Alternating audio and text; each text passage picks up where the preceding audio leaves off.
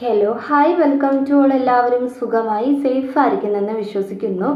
നമ്മൾ ഇന്ന് നോക്കുന്നത് നിങ്ങളുടെ വ്യക്തിയുടെ ഡീപ്പായിട്ടുള്ള ഫീലിങ്സ് എന്താണ് എന്നുള്ളതാണ്. നിങ്ങളുടെ വ്യക്തി എന്ന് പറയുമ്പോൾ നിങ്ങൾ മനസ്സിൽ വിചാരിക്കുന്ന ആ ഒരു പേഴ്സൺ ആരാണോ ആ വ്യക്തിയുടെ ഡീപ്പായിട്ടുള്ള ആ ഒരു ഫീലിങ്സ് എന്താണ് എന്നുള്ളത്. ഓക്കെ, ഇതൊരു ജനറൽ റീഡിംഗ് ആണ്. സോ നിങ്ങൾക്ക് റെസനേറ്റ് ആവുന്നത് മാത്രം എടുക്കുക, അല്ലാത്ത കാര്യങ്ങളൊക്കെ വിട്ട് കളയുക. നെഗറ്റീവിനെ ജീവിതത്തിലേക്ക് അട്രാക്റ്റ് ചെയ്യാതിരിക്കുക. ടൈംലെസ് ആയതുകൊണ്ട് തന്നെ ഈ റീഡിംഗ് നിങ്ങളുടെ മുന്നിലേക്ക് എപ്പോൾ വരുന്നോ അപ്പോൾ മുതൽ നിങ്ങൾക്ക് ഇത് റെസനേറ്റ് ആയി തുടങ്ങുന്നതായിരിക്കും. ഓർത്ത് വെക്കുക, ഇതൊരു കളക്റ്റീവ് ആൻഡ് ടൈംലെസ് റീഡിംഗ് ആണ്. അതുപോലെ പേഴ്സണൽ റീഡിംഗ് ആവശ്യമുള്ളവർക്ക് എൻ്റെ വാട്സപ്പ് നമ്പറിൽ കോൺടാക്റ്റ് ചെയ്യാവുന്നതാണ്.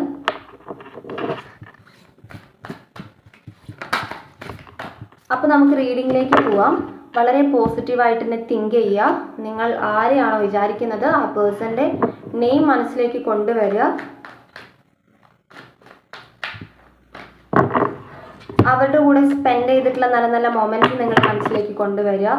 എന്താണ് നിങ്ങൾ മനസ്സിൽ വിചാരിച്ചിട്ടുള്ള ആ ഒരു വ്യക്തിയുടെ ഡീപ്പ് ഫീലിങ്സ്. കറണ്ട് എനർജിയാണ് നോക്കുന്നത്.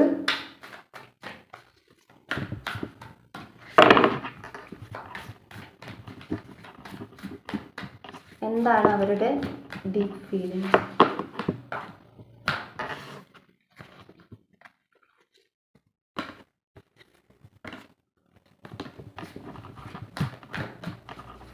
ഒരു കാർഡും കൂടി എടുക്കാം.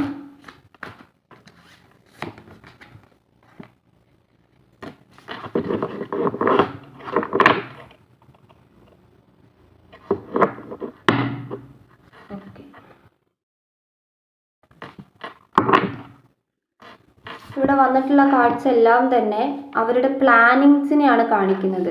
എന്തോ കാര്യമായിട്ട് പ്ലാൻ ചെയ്യുന്നതായിട്ടാണ് കാണുന്നത്. ഒരു മാറ്റമാണ് ഇവിടെ കാണുന്നത്. ഓക്കെ, ഇപ്പം നിങ്ങൾ തമ്മിലുള്ള റിലേഷൻഷിപ്പിൽ എന്തെങ്കിലും പ്രോബ്ലംസ് ഉണ്ടെങ്കിൽ അവിടെ ഒരു ചേഞ്ച്, ഒരു പോസിറ്റീവായിട്ടുള്ള ഒരു ചേഞ്ചാണ് ഇവിടെ കാണുന്നത്. ചേഞ്ച് കാണുന്നുണ്ട്. അതുപോലെ തന്നെ നിങ്ങൾക്കുള്ളൊരു പ്രോസ്പിരിറ്റി, നിങ്ങൾക്ക് വരാൻ പോകുന്ന പുതിയ മാറ്റങ്ങൾ കാണിക്കുന്നുണ്ട്. നിങ്ങളുടെ പേഴ്സൺ ഇപ്പോൾ ആക്ഷൻ എടുക്കാൻ പോവാന്നുള്ളത് പറയുന്നുണ്ട്. ഓക്കെ, ആൻഡ് അതേപോലെ ഒരു കാർമിക് എന്തെങ്കിലും സൈക്കിളിലൂടെ കടന്നു പോകുന്ന റിലേഷൻഷിപ്പ് ആണെങ്കിൽ ഒരു ചേഞ്ചാണ് ഇവിടെ. ആ ഒരു സൈക്കിൾ എൻഡ് ആയിട്ടുണ്ട് എന്നുള്ള രീതിയിൽ കാണുന്നുണ്ട്. അതായത് കാർമിക് റിലേഷൻഷിപ്പോ അല്ലെങ്കിൽ കർമ്മ റിലേറ്റഡ് ആയിട്ട് നിങ്ങളുടെ റിലേഷൻഷിപ്പിൽ എന്തെങ്കിലുമൊക്കെ കാര്യങ്ങൾ നടക്കുന്നുണ്ടെങ്കിൽ അതിലും ഒരു മാറ്റം വന്നിട്ടുണ്ട്. ആ സൈക്കിള് ഇവിടെ എൻഡ് ആയിട്ടുണ്ട് എന്നുള്ള രീതിയിൽ. ഓക്കെ, ഓവറോൾ എനർജി വന്നിട്ടുള്ളത് ഇങ്ങനെയാണ്. കുറച്ചുകൂടി ക്ലാരിഫിക്കേഷൻ ടാരോ കാർഡ്സിൽ എടുക്കാം.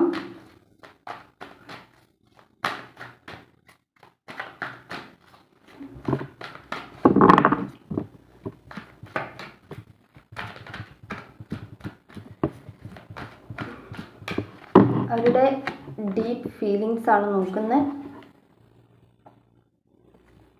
7 ഓഫ് സോർട്സ് വന്നിട്ടുണ്ട്. ഇവിടെ ചേഞ്ച് ഓൾറെഡി പറഞ്ഞ കാര്യമാണ് ഇവിടുത്തെ ചേഞ്ചിൻ്റെ കാര്യം. സോ നിങ്ങളുടെ വ്യക്തി നിങ്ങളെ കൊണ്ടുപോകാനുള്ള ഒരു എനർജി കാണിക്കുന്നുണ്ട്. മേ ബി സെപ്പറേഷനിലാണ് നിങ്ങൾ, അല്ലെങ്കിൽ നോ കോണ്ടാക്ട് സിറ്റുവേഷനിലാണെങ്കിൽ ഒരു റിയൂണിയൻ ആണ് ഇവിടെ കാണുന്നത്. ഓക്കെ, റിയൂണിയൻ്റെ പോസിബിലിറ്റി കാണുന്നുണ്ട്. അതുപോലെ അവർ നിങ്ങളെ കൊണ്ടുപോകാനാണ് ആഗ്രഹിക്കുന്നത്, വന്ന് കൊണ്ടുപോകുന്നതായിട്ടാണ് കാണുന്നത്. ദാറ്റ് മീൻസ് അവർ നിങ്ങളുടെ അടുത്ത് വന്ന് അപ്രോച്ച് ചെയ്യുന്നതായിട്ടാണ് കാണുന്നത്. അതൊരു റിയൂണിയൻ പോസിബിലിറ്റി ആണ്. ദ ഹാങ്ഡ് മാൻ വന്നിട്ടുണ്ട്. സാക്രിഫൈസ് ചെയ്യാൻ ഇപ്പോൾ നിങ്ങളുടെ പേഴ്സൺ തയ്യാറാണ് എന്നുള്ളത്. ഓക്കെ, മൂൺ എനർജി വരുന്നുണ്ട് ഇവിടെ. ഫുൾ മൂൺ ആയതുകൊണ്ടായിരിക്കാം മൂൺ എനർജി വരുന്നുണ്ട്. ഈ പേഴ്സൺ ഈ ഒരു എനർജി എഫക്റ്റ് ആവുന്നുണ്ട്. സോ നമ്മൾ ആ ഒരു ഡീപ്പ് ഫീലിങ്സ് നോക്കുമ്പം ഈ പേഴ്സണ് നിങ്ങളെ മിസ് ചെയ്യുന്നുണ്ട് എന്ന് വേണം പറയണമെങ്കിൽ.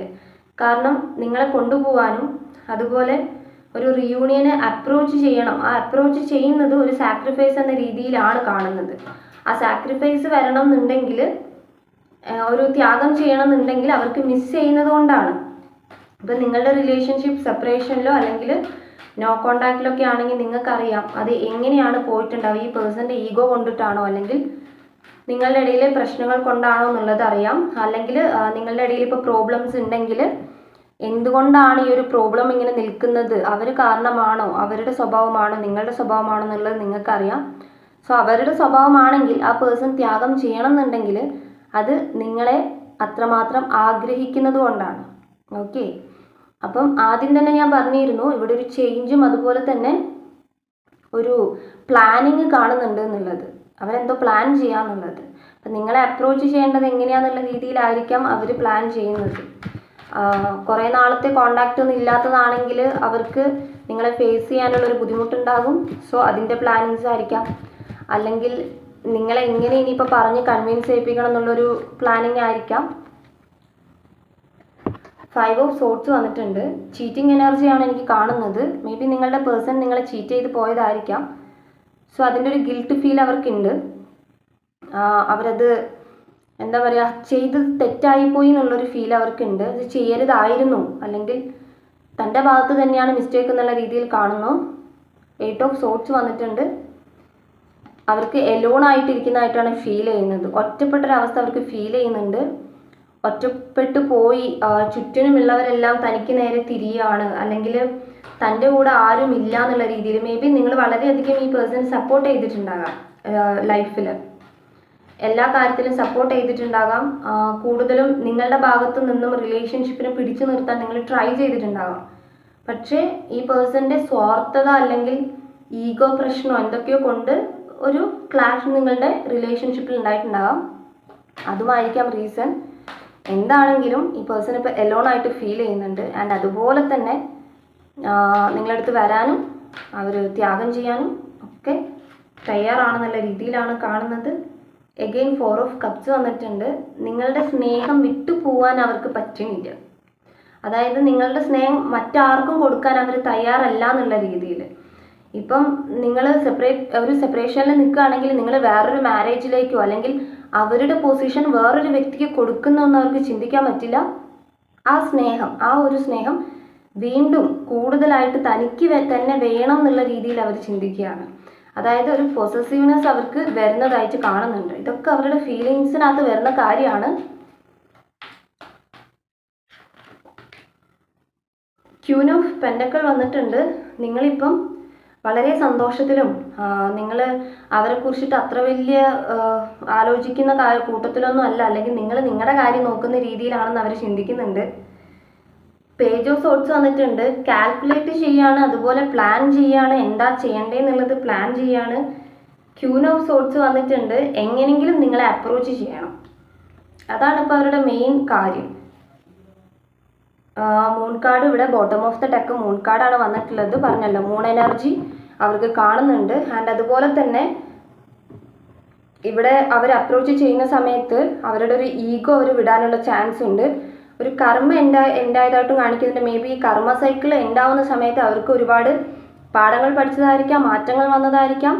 അല്ലാന്നുണ്ടെങ്കിൽ ഈ ഒരു സാക്രിഫൈസ് എന്ന് പറയുന്നത് ഇവർ നിങ്ങളടുത്ത് എല്ലാം ഓപ്പൺ ആയിട്ട് പറയുന്നതായിരിക്കാം.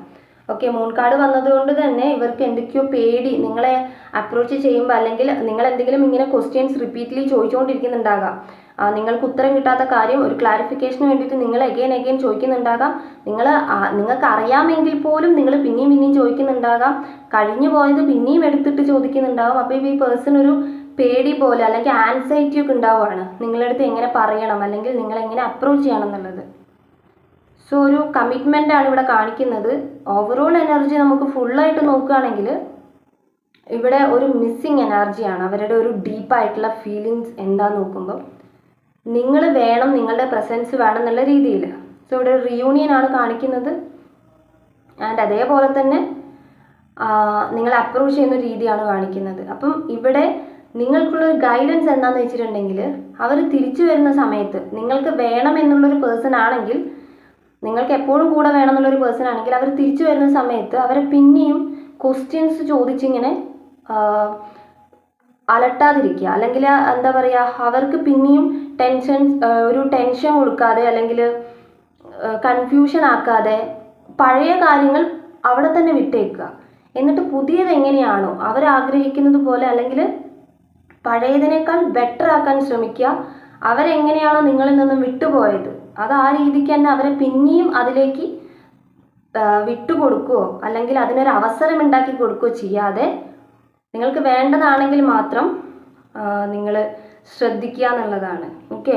ചില ആളുകൾ പാസ്റ്റിലെ കാര്യങ്ങൾ പിന്നെയും പിന്നെയും പറഞ്ഞ് പ്രശ്നങ്ങൾ ഉണ്ടാക്കുന്ന ആളുകളൊക്കെ ഉണ്ടാകും. പാസ്റ്റിലെ ആയിരിക്കും, കഴിഞ്ഞതായിരിക്കും. മേ ബി അവരതിൽ വളരെയധികം റിഗ്രറ്റ് ചെയ്തിട്ടായിരിക്കാം വീണ്ടും വന്നിട്ടുണ്ടാവുക. നിങ്ങൾക്ക് വേണമെങ്കിൽ റിജക്റ്റ് ചെയ്യാനുള്ള ഓപ്ഷൻ ഉണ്ടായിട്ടുണ്ടാകാം. എന്നിട്ടും അവരെ വേണമെന്ന് വെച്ചിട്ട് നിങ്ങൾക്ക് അത്ര ഇഷ്ടമായതുകൊണ്ട് നിങ്ങൾ പിന്നെയും സ്വീകരിച്ചിട്ടുണ്ടാകും. പക്ഷെ പിന്നെയും പ്രശ്നങ്ങൾ ഈ പഴയത് വെച്ചിട്ട് നിങ്ങൾ തന്നെ ഉണ്ടാക്കുന്ന ആളുകൾ ഉണ്ടാകും, ഈ വീഡിയോസ് കാണുന്നവർ. അപ്പം അങ്ങനെയുള്ള ആളുകളെടുത്ത് പറയാണ്, പാസ്റ്റിലെ കാര്യം പാസ്റ്റായിട്ട് വിടുക. അതുപോലെ തന്നെ നിങ്ങൾക്ക് ഇഷ്ടമുണ്ടെങ്കിൽ സ്വീകരിക്കുക, നല്ല മാറ്റങ്ങൾ അക്സെപ്റ്റ് ചെയ്യുക. ഓക്കെ. അപ്പം നിങ്ങൾക്കുള്ള റീഡിങ് ഇതാണ്. നിങ്ങൾക്ക് റീഡിങ് ഇഷ്ടമായിട്ടുണ്ടെങ്കിൽ ഉറപ്പായിട്ടും ലൈക്ക് ചെയ്യുക, കമൻറ്റ് ചെയ്യുക.